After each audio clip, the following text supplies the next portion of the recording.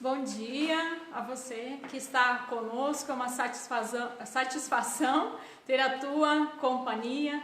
Eu desejo que a graça, a paz, o amor de Deus Pai, Filho e Espírito Santo esteja com você e que neste dia também a palavra de Deus venha mais uma vez a enriquecer a tua caminhada com Cristo, pois afinal nós precisamos da força que a palavra de Deus nos dá para enfrentarmos os dias que estão aí. E eu quero saudar também você que está conosco com uma palavra bíblica que se encontra no livro de Deuteronômio, capítulo 8, os versículos 2 a 5, em que essa palavra que tem a ver com o tempo em que o povo de Israel estava na caminhada do deserto, e Deus traz um esclarecimento, eu diria assim, um ensinamento. Deus mostra algo a respeito deste tempo que é muito importante, foi importante para o povo de Israel, se assim o povo de Israel quis compreender o que Deus estava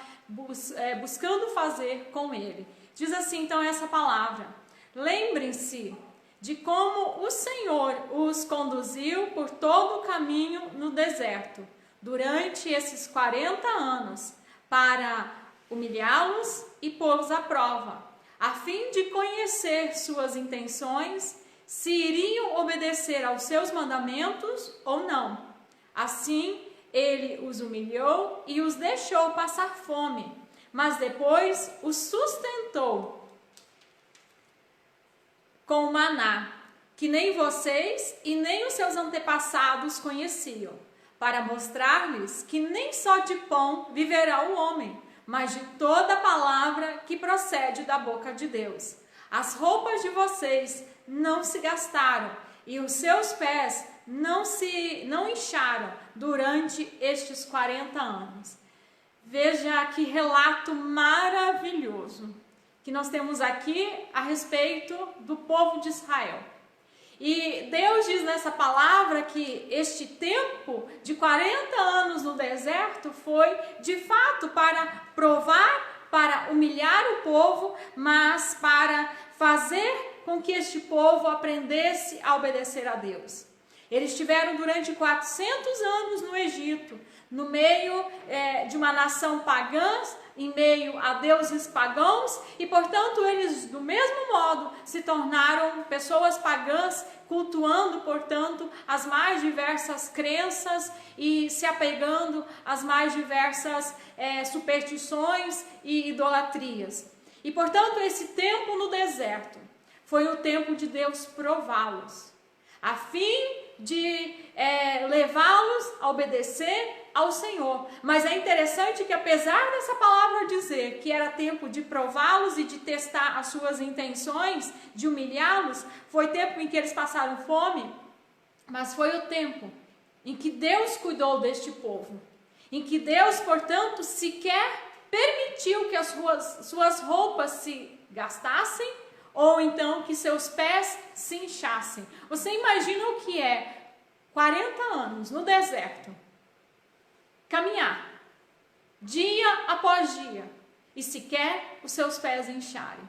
Assim nós vamos falar hoje a respeito do cuidado em meio às crises, e nós podemos ter a certeza de que muitas coisas Deus, apesar de nos permitir vivê-las, mas Ele está do nosso lado. Ele estará sempre, na verdade, nos sustentando, porque Ele quer nos conduzir para o melhor. E eu quero convidar você a confiar neste Deus, que como um pai busca disciplinar-nos, mas tudo em amor. Que Deus assim esteja abençoando a sua vida, a sua fé, para que você compreenda a vontade de Deus que Ele tem reservada para a sua vida, para a vida de toda a igreja. Eu convido que você possa orar com a gente. Vamos ter um momento de oração, vamos entregar essa celebração ao nosso Deus. Você, do jeito que você está aí, convido a orar comigo. Graças, Senhor, nós te damos, porque é necessário que nós passemos por momentos de provação. Mas nestes momentos, nós nunca estaremos sós. É maravilhoso, Senhor Deus, saber que Tu és o Deus que estará conosco, mesmo nas situações mais adversas, e buscando, portanto, nos levar a um caminho elevado, buscando nos levar à lapidação da nossa vida, para que nós possamos conhecer o Senhor, possamos conhecer a grandeza da vida, possamos assim conhecer, Senhor, a nossa própria realidade e buscarmos, Senhor Deus, o caminho que é o caminho real, o caminho da vida.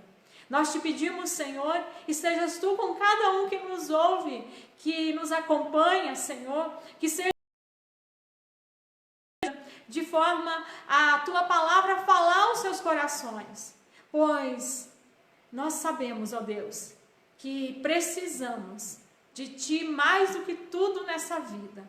E se o Senhor está conosco, nós podemos seguir adiante, na certeza de que Tu tens coisas para nós, que nós sequer conseguimos reconhecer no momento.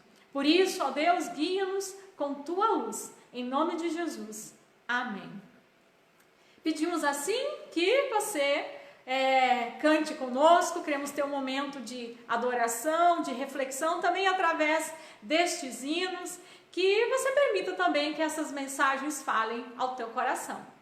Vamos louvar.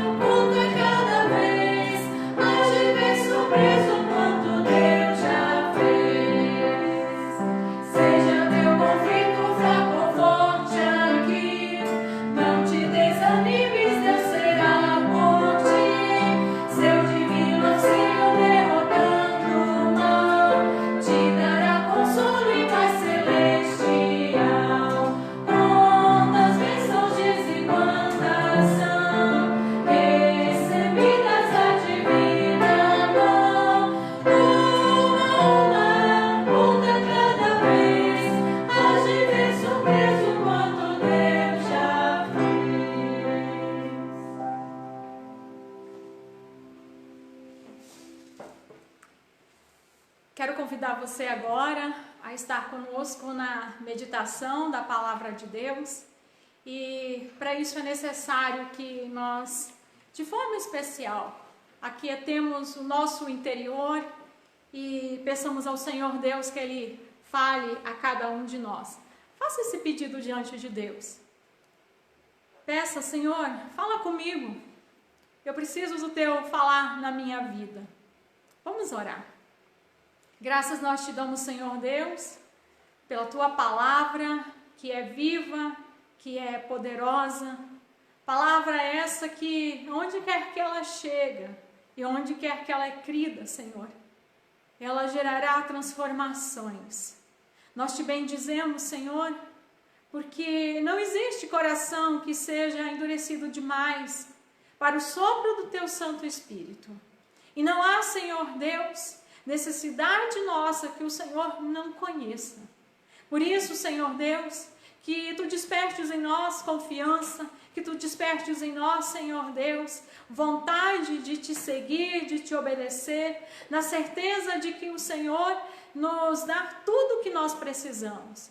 E a Tua palavra, Senhor Deus, ela nos revigora diante das nossas dúvidas, diante das nossas fraquezas, quando, portanto, ó Deus, conflitos se instalarem no nosso coração.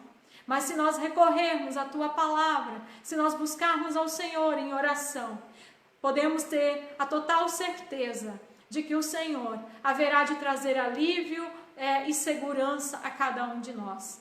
Assim, Pai, nós te pedimos que nessa manhã Tu fales graciosamente, ó Deus, a cada um que está conosco, em nome de Jesus.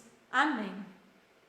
Queremos então, como dito antes, falar sobre o tema do cuidado em meio às crises. Mas antes da leitura da palavra de Deus, eu gostaria de trazer um pouco do contexto dessa palavra que traz para nós a referência do profeta Elias. Então, no tempo do profeta Elias, e de fato ele foi chamado por Deus para ser um porta-voz de Deus em meio a essa situação, era um tempo de grande crise espiritual. E essa crise espiritual, ela gerou uma grande crise social e econômica, porque durante 3 anos em Israel não choveu. De forma mais específica, a Bíblia diz que foi durante 3 anos e meio. Então foi muito tempo sem cair chuva alguma em Israel. Os governantes, o rei Acabe e a rainha Jezabel, eram extremamente idólatras. E eles adoravam um Deus que era reconhecido como o Deus da fertilidade, o Deus das boas colheitas, chamado de Baal. E estes reis fizeram com que todo Israel, todo o povo de Israel se tornasse igualmente idólatra.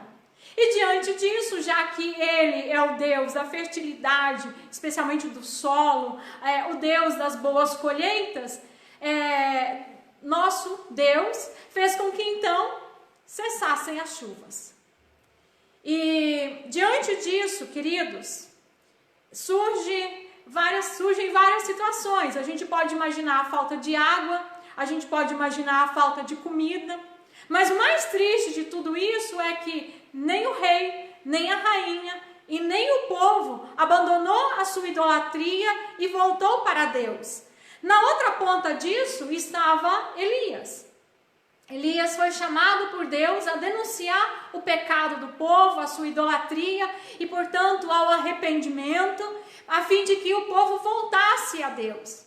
Mas como nós sabemos, é difícil o coração humano admitir o pecado. E diante das ameaças, Elias então foge.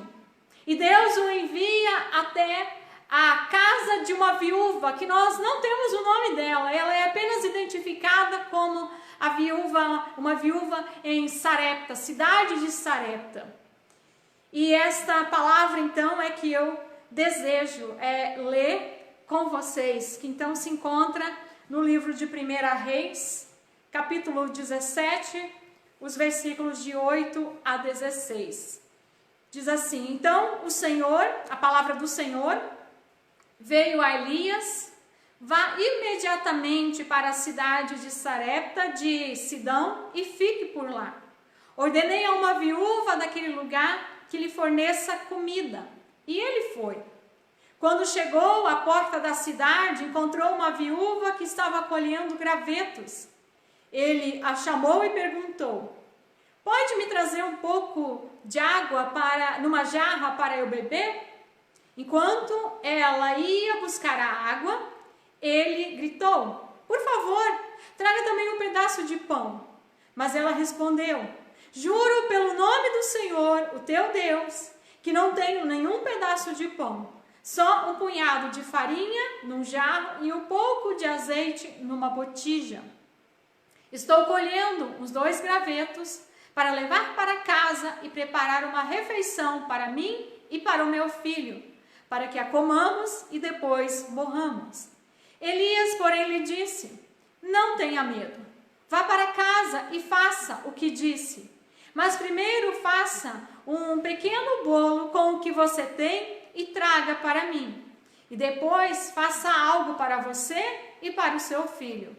Pois assim diz o Senhor, o Deus de Israel: a farinha na vasilha não se acabará, e o azeite na botija não se secará, até o dia em que o Senhor fizer chover sobre a terra. Ela foi e fez conforme Elias lhe dissera. E aconteceu que a comida durou muito tempo para Elias e para a mulher e sua família, pois a farinha na vasilha não se acabou, e o azeite na botija não se secou, conforme a palavra do Senhor proferida por meio de Elias. Portanto, queridos, a situação da viúva não poderia ser pior. O que ela tinha em sua casa era apenas um punhado de farinha e um pouco de azeite. Elias, ao chegar lá, a encontrou recolhendo alguns gravetos com os quais ela prepararia então a última refeição para ela e para o seu filho. E como ela mesma disse, para que comamos e depois morramos. Ou seja, veja qual era a expectativa dessa mulher. Ela de fato não visualizava mais nada à sua frente de esperançoso, até que o profeta chega a ela.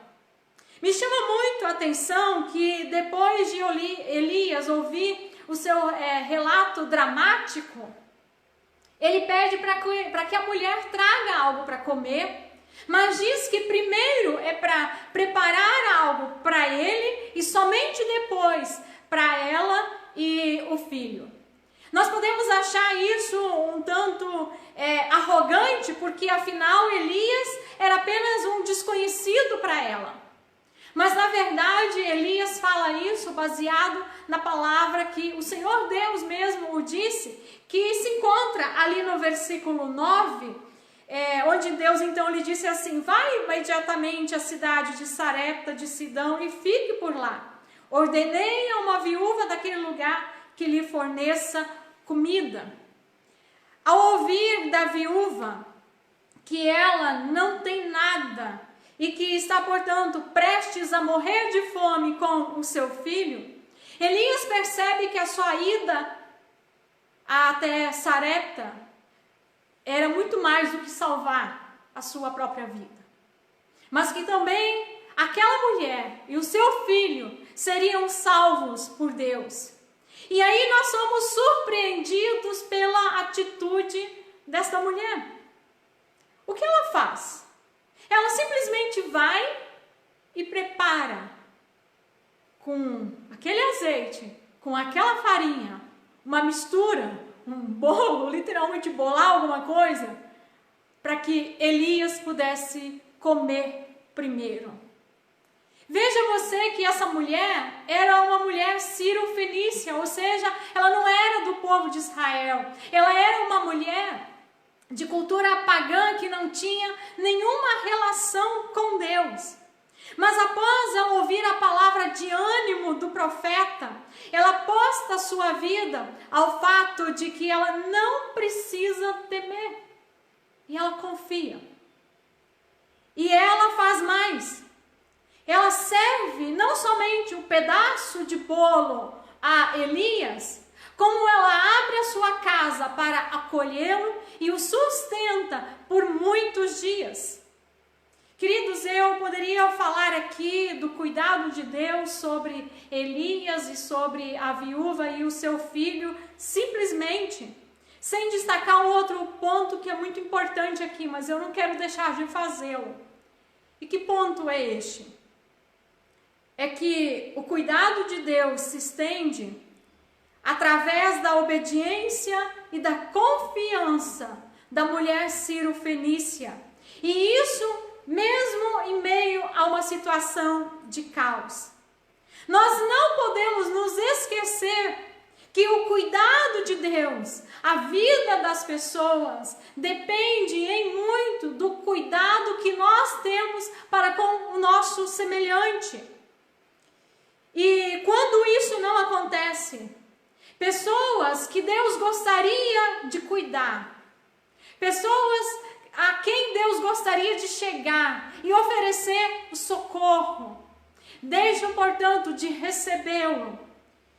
E deste modo, queridos, deixam de experimentar o cuidado de Deus, pois afinal Deus decidiu cuidar dessas pessoas através de nós. No reino de Deus, queridos, não há espaço para o individualismo. Não há espaço para o egoísmo. A palavra-chave no reino de Deus é amor. Se você ama a Deus, você amará o seu próximo. E você desejará que o seu próximo seja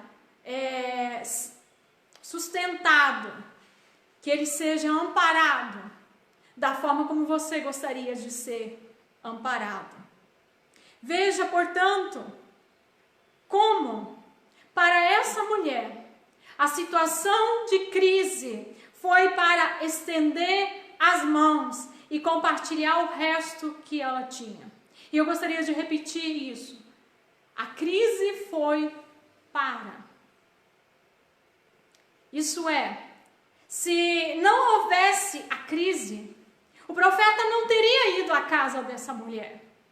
E se o profeta não tivesse ido, essa mulher não teria sido desafiada a confiar em Deus, muito menos a se tornar um instrumento de bênção na vida de outras pessoas. E, portanto, desse modo, queridos, ela foi desafiada a crer no provimento de Deus, e ela viu o milagre diário do seu alimento se multiplicar. Em outras palavras, ela e o filho não somente deixaram de morrer de fome, porque naquela cultura, uma viúva não era cuidada sequer dos seus parentes, mas ela ainda foi bênção na vida de outras pessoas. Veja você que no versículo 15, está indicado de que não era apenas mais ela, o filho e então o profeta que comia desse alimento. Mas agora os seus familiares também chegavam à sua casa para lhe matar a sua fome. Mas pense no que era viver nesse desafio diário, de acordar todos os dias, sabendo que há apenas farinha e azeite para comer. Mas que esta farinha e que esse azeite eram o provimento de Deus para aquela casa. Em meio a uma grande crise social e econômica. Fruto, como já dito antes, da crise espiritual, por causa do pecado coletivo, do pecado de todo o povo. Queridos, muitas vezes nós somos tentados a pensar que o provimento de Deus, ele se dá quando nós temos em abundância. Mas o testemunho dessa mulher nos mostra que não, e nos mostra ainda mais. Corações generosos, movidos pela graça de Deus, não deixarão de compartilhar, mesmo quando não houver muito. Quando nós somos tomados da ciência do cuidado de Deus, nós não deixamos de cuidar independentemente se há pouco ou se há muito, pois o pouco, ele não elimina o amor. O pouco, ele não elimina o desejo de ser bênção de Deus. E, aliás, o pouco, ele desperta ainda o sentimento de que, já sendo privado de muitas coisas, não se quer ser privado de algo mais. De poder abençoar outras pessoas, do privilégio de ser gracioso, do privilégio de dar, do privilégio de ofertar. Já se tem tão pouco. E quem tem tão pouco, quer ao menos participar deste privilégio.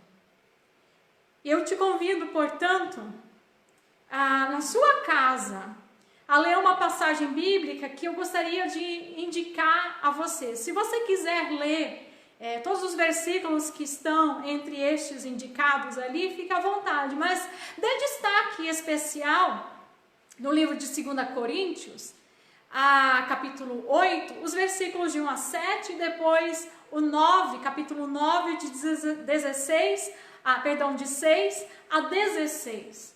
E veja por meio da igreja na Macedônia, o quanto isso que eu estou contando para você era uma realidade em seu meio.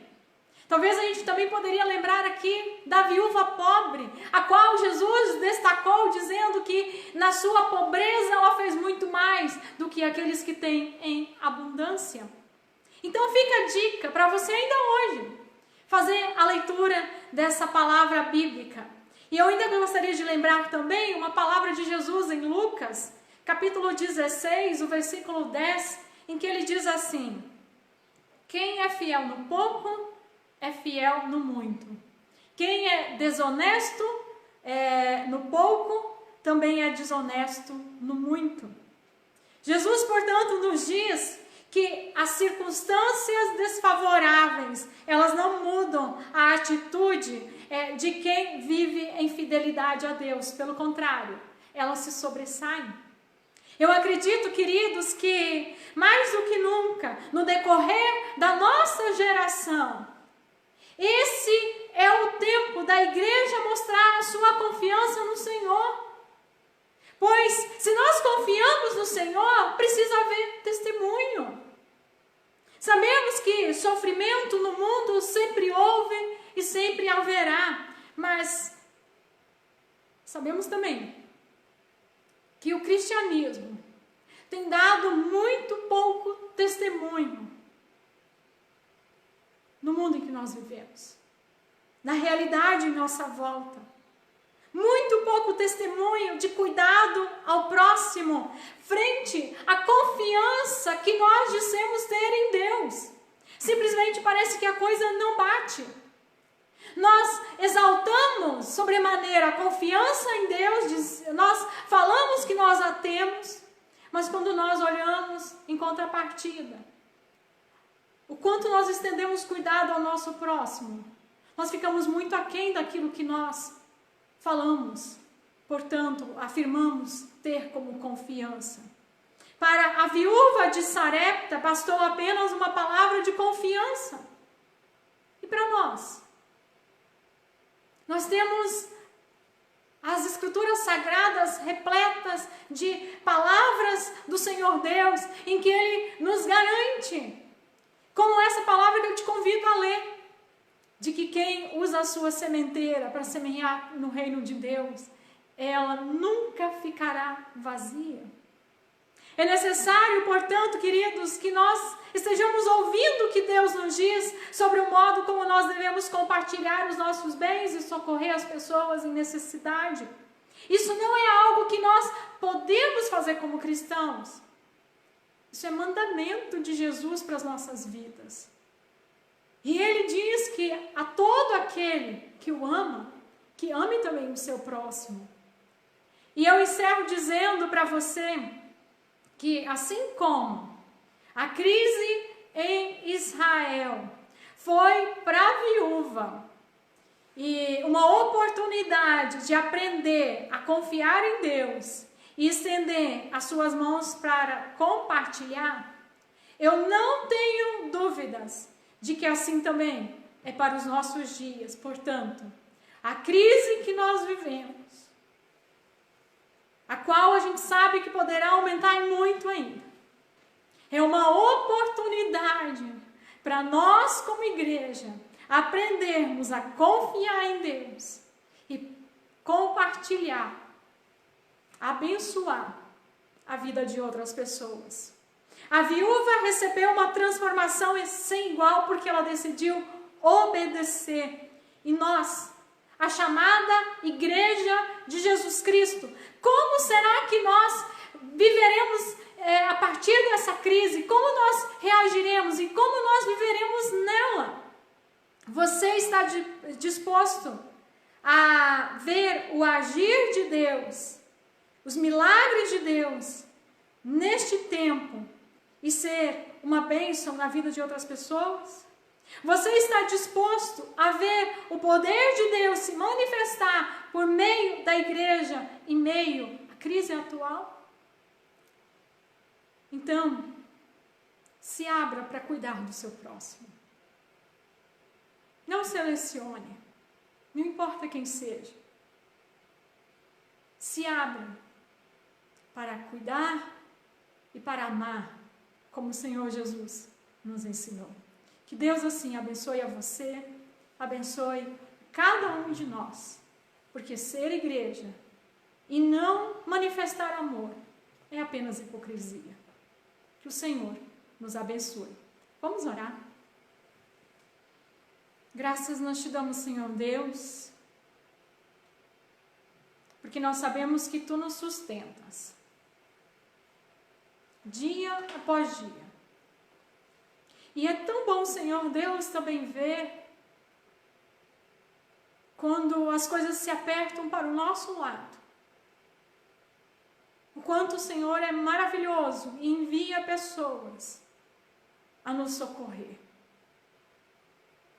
Assim, ó Deus, que nós também sejamos esse auxílio na vida de pessoas que nós conhecemos e não conhecemos. Que nós, Senhor Deus, como igreja do Senhor, saibamos entender a Tua vontade.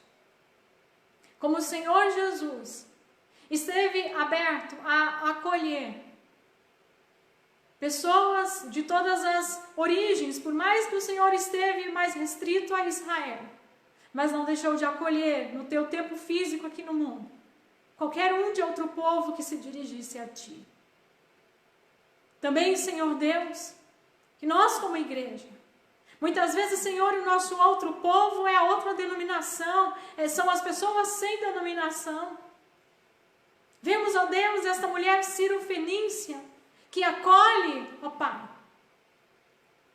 alguém que é do povo que causa a crise, e que como povo vizinho sofre por causa do pecado do povo vizinho.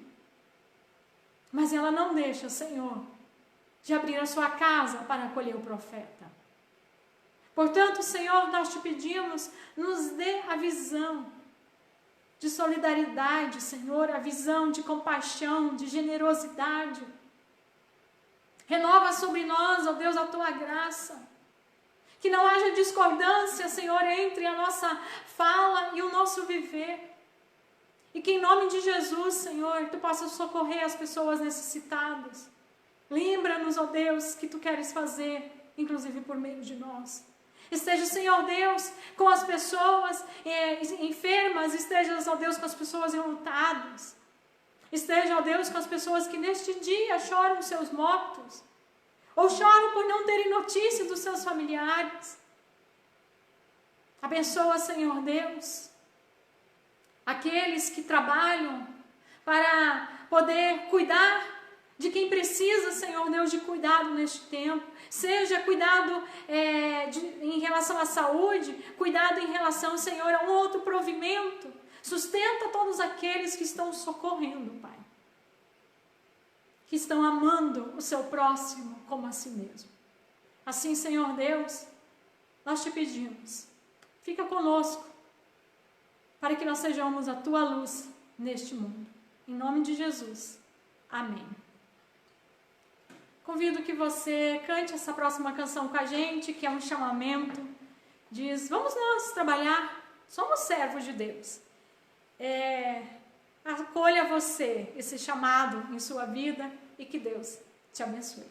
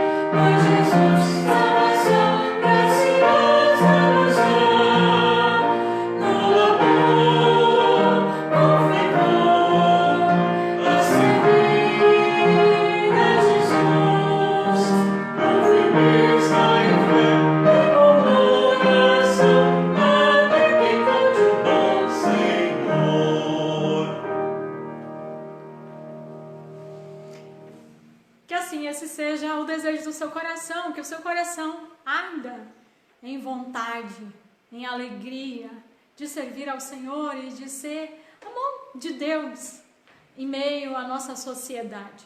Que Deus assim te abençoe e nós temos os recadinhos finais, lembrando então que nesta quarta-feira temos o vídeo, né, a mensagem com o Osiel, mas também já está na página o vídeo do culto infantil. Então, crianças, fiquem à vontade, você que já acessou, dá o teu sinalzinho lá, dá o teu joinha lá, que a gente também quer acompanhar se vocês estão ali conosco nesse trabalho tão bem realizado e feito com tanto carinho pelo Ministério Infantil. E a atividade está saindo logo a seguir. Que você possa ter um abençoado domingo e fique na paz do nosso Deus.